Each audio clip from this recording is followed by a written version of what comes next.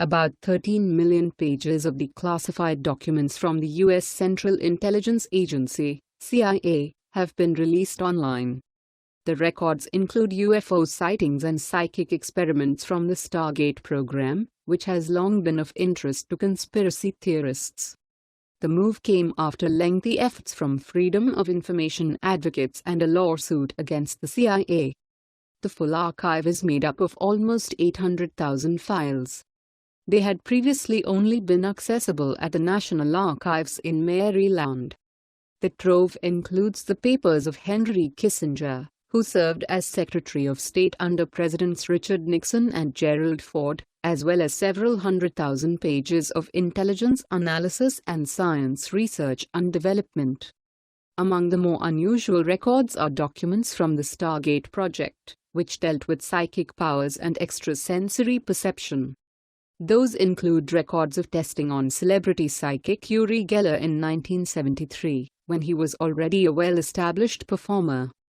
Memos detail how Mr. Geller was able to partly replicate pictures drawn in another room with varying, but sometimes precise, accuracy, leading the researchers to write that he demonstrated his paranormal perceptual ability in a convincing and unambiguous manner.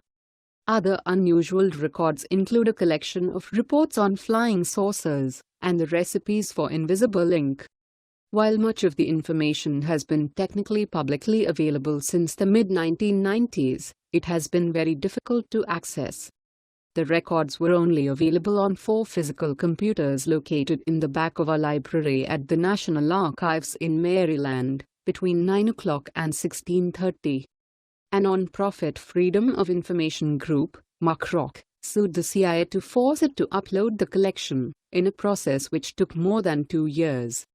At the same time, journalist Mike Best crowdfunded more than $15,000 to visit the archives to print out and then publicly upload the records, one by one, to apply pressure to the CIA.